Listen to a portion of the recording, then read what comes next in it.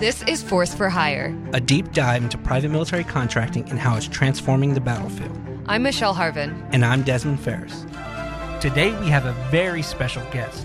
You may know him from his famous inspirational speech he gave to his troops before the invasion of Iraq in 2003. We go to liberate, not to conquer. We will not fly our flags in their country. We are entering Iraq to free a people, and the only flag which will be flown in that ancient land is their own. Show respect for them. There are some who are alive at this moment, who will not be alive shortly. Those who do not wish to go on that journey, we will not send. As for the others, I expect you to rock their world. Wipe them out, if that is what they choose. But if you are ferocious in battle, remember to be magnanimous in victory. Iraq is steeped in history. It is the site of the Garden of Eden, of the Great Flood, and the birthplace of Abraham. Tread lightly there.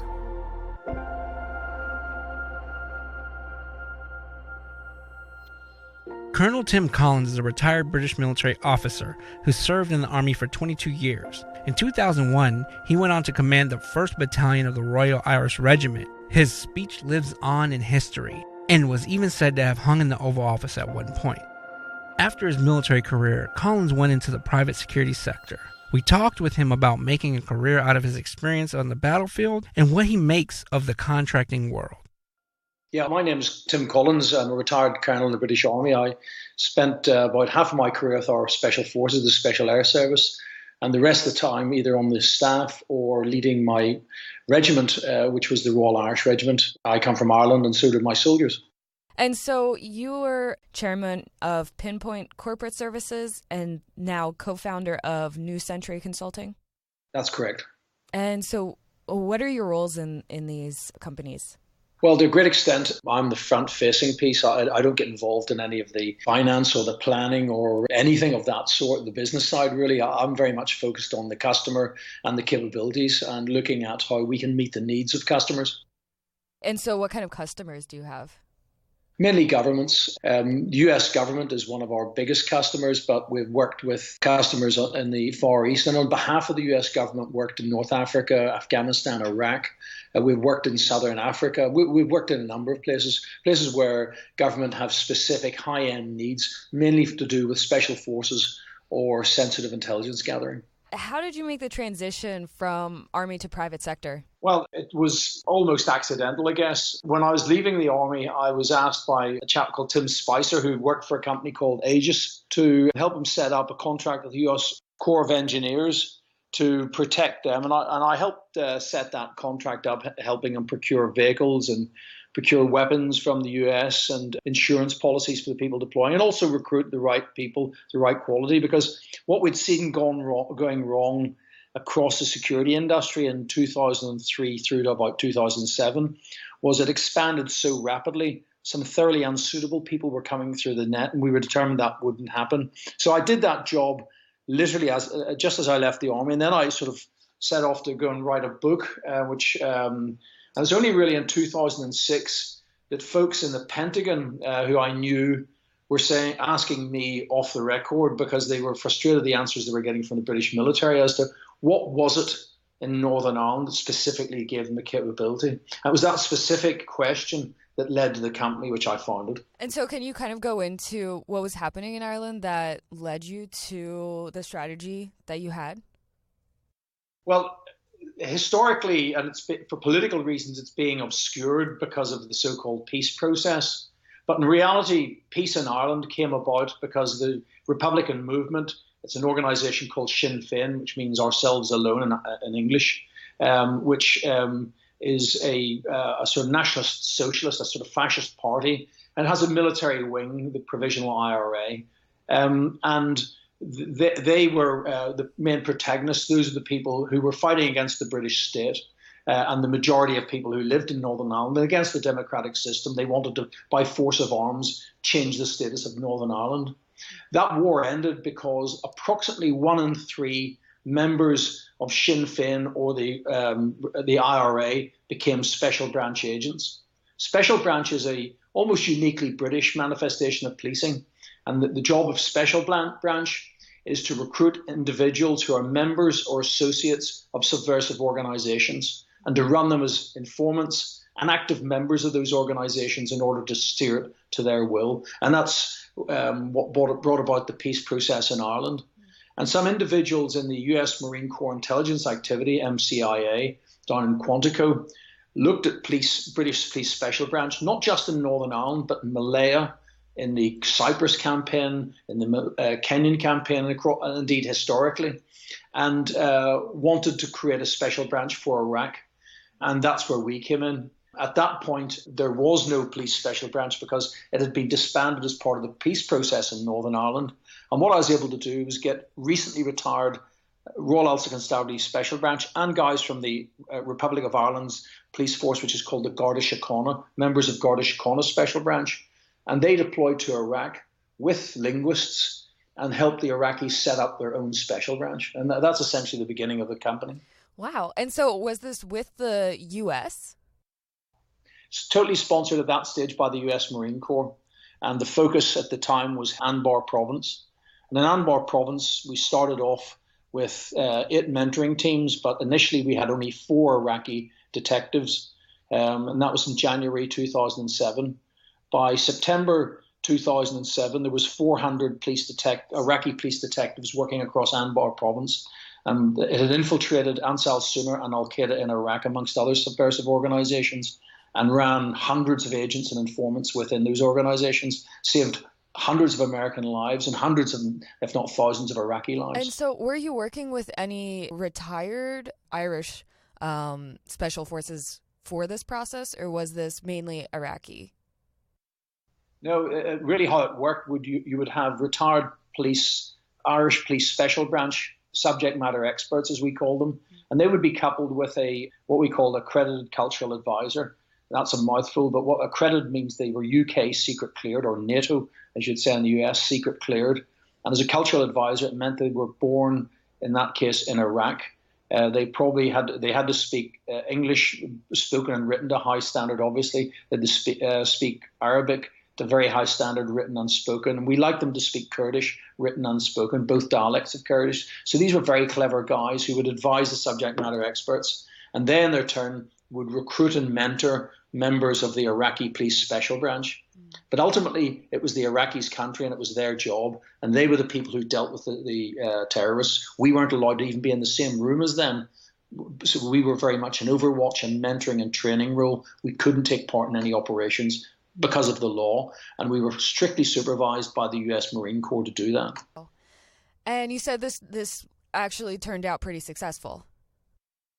Well, it was so successful by the September that General Petraeus, who commanded troops, American troops and coalition troops in Iraq, had the program expanded across a number of other provinces, including Sahel-ud-Din, the Diyala province in Baghdad, north into Dahuk province, and a couple of other of the Iraqi provinces where US troops were based, predominantly around Kirkuk, Mosul, Tikrit, and elsewhere, as well as in Baghdad.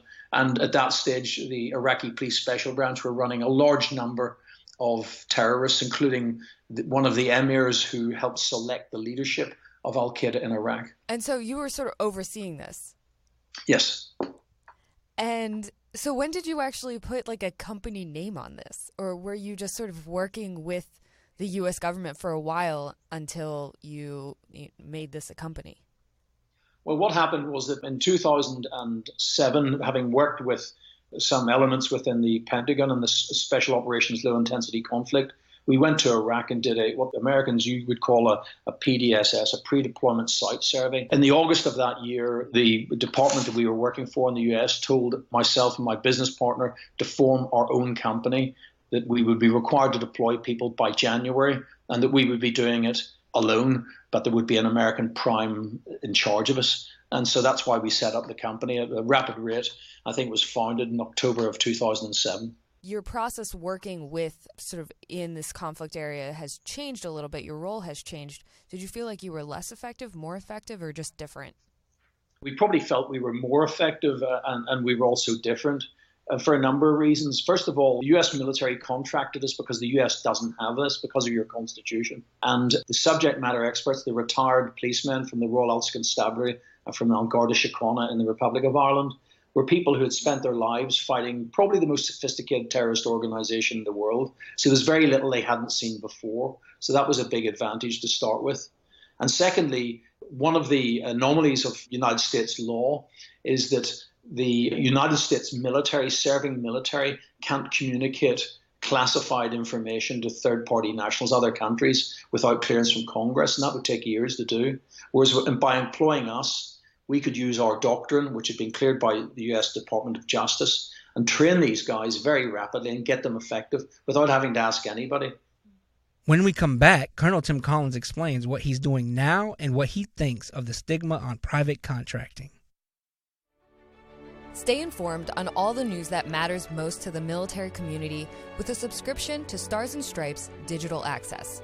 As a subscriber, you'll enjoy unlimited access to the Stripes.com website and our Stars and Stripes mobile apps, updated 24/7 by reporters stationed at military bases around the globe. Subscribe today and enter the promo code PODCAST when signing up for a yearly subscription and receive 50% off your first year. Get exclusive access to special features, interactive articles, award-winning photography, and more. Visit stripes.com/digital and enter the promo code PODCAST to subscribe today.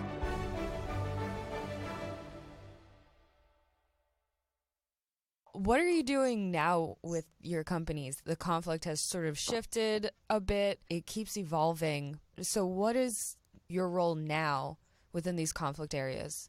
Well, to a great extent, we've changed the name of the company to Pinpoint.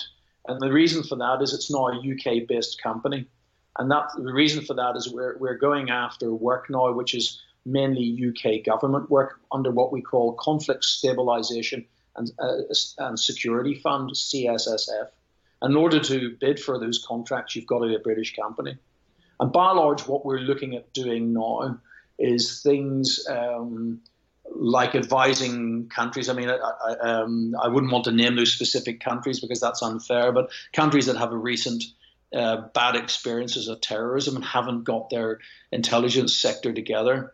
Mainly Commonwealth countries, including Caribbean countries and countries in Southeast Asia, but also some Latin American countries that are transitioning from conflict experience. And I could say Peru and Colombia, who are going from conflict policing and military to consensual policing with a more conventional military, but at the same time having to face narco trafficking. And we advise them, we provide subject matter experts to help them navigate that difficult transition. And so what does conflict stabilization mean? What does that entail? Conflict Stabilisation and Security Fund is the British government's way of helping former Commonwealth countries who are coming out of conflict to create consensual police forces, but also have the capability to stabilise the situation post-conflict and reintegrate fighters and things like that. You're using this term consensual policing. What does that mean? Well, consensual policing really, so you imagine in somewhere like Colombia or in a country that has faced years of guerrilla warfare and there comes a peace agreement, and at that stage the terrorists disband and try to reintegrate into society, but the police force has to change shape. So a police force that's probably quite large and heavily armed is looking at becoming more like a community police force, very low visibility of weapons, cooperation with the public, really face-to-face with the public, going into the neighborhoods, the barrios, the various favelas in order to enact with the people themselves, as opposed to being a more militaristic stance. So consensual within their community. Precisely. And with what you can talk about, what has been your toughest job so far working as a contractor? One of the operations we did, again, on behalf of the US government, was assisting the Iraqis with their information operations during the siege of Mosul, because that was a two-way facing, three-way in some regards. So for the audiences would be members of the Islamic State and people who lived in the occupied areas, or areas occupied by the Islamic State, who were inclined to support the Islamic State. So there's helping Iraqis message them. Then there was helping the Iraqis message their own people, the people who had fled from the Islamic State, who were living in refugee camps. Many of the 2 million people who fled from Mosul were under the impression that once Mosul was liberated, they could go home. But of course, Mosul has been flattened. It's a dangerous place. It has to be demined and explosives removed before the rebuilding can even happen. And it was managing that expectation with those people the Iraqis needed to do. Sounds like it was a lot of a communication problem. Yeah, well, I mean, it's a communication problem, but also it's frustrating to see the work you've done to build things up being knocked over. So when the US, President Obama announced the US were leaving Iraq, some of the elements within Iraq and the external influences, particularly from Iran, started to move in. And essentially what they did was they dismantled the police special branch that we had built.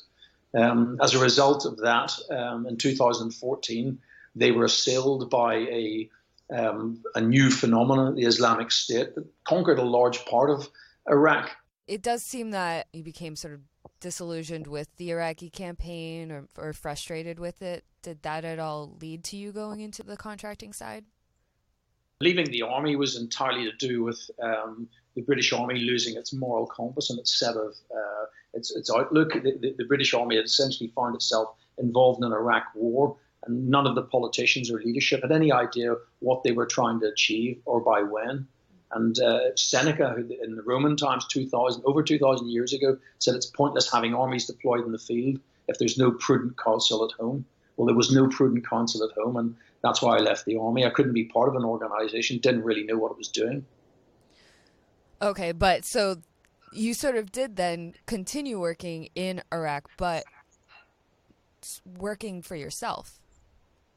Well, working for myself and my company, but yeah, it was, but also working closely with the United States, who had a good idea what they were trying to achieve, and that was much more satisfying. So it was a question of building things. You've given your life to conflict and being there and building, working in conflict areas. What are you passionate about now after sort of a life in it? What keeps you going in this industry?